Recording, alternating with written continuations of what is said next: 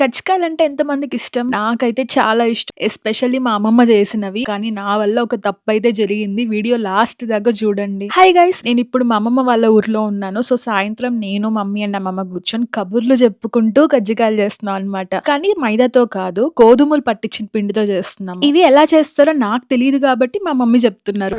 2 ఎండు కొబ్బరి చిప్పలు తురిమి పెట్టుకుంది.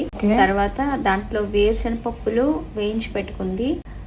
వేరుశనగపప్పులు, తినేశనగపప్పు మిక్సీ పట్టుకొని, బెల్లం తురుము కలిపి అన్నీ కలిపేసుకొని దాని ఇలాచీ పొడి కలిపి రెడీగా పెట్టుకుంది. సో, అది సంగతి. రెడీ అయిన బ్యాచ్ వరకు మమ్మీ డీప్ ఫ్రై చేస్తున్నారు. ఒక తప్పు జరిగిందన్నా గదా! కజ్జికాయలు కొన్ని నేను చేశాను. సరిగ్గా సీల్ చేయలేదు. సో, లోపల స్టఫ్ అంతా బయటకొచ్చేసి ఆయిల్ వాడైపోయింది. అందుకే రాని పనులు చేయకూడదన్నమాట. లేకపోతే నేర్చుకొని చెయ్యాలి. అవునా కాదా చెప్పండి? కానీ టేస్ట్ మాత్రం సూపర్ వచ్చాయన్నమాట. మీ ఇంట్లో కజ్జికాయలు ఎలా చేస్తారు? కామెంట్స్‌లో చెప్పేసేయండి.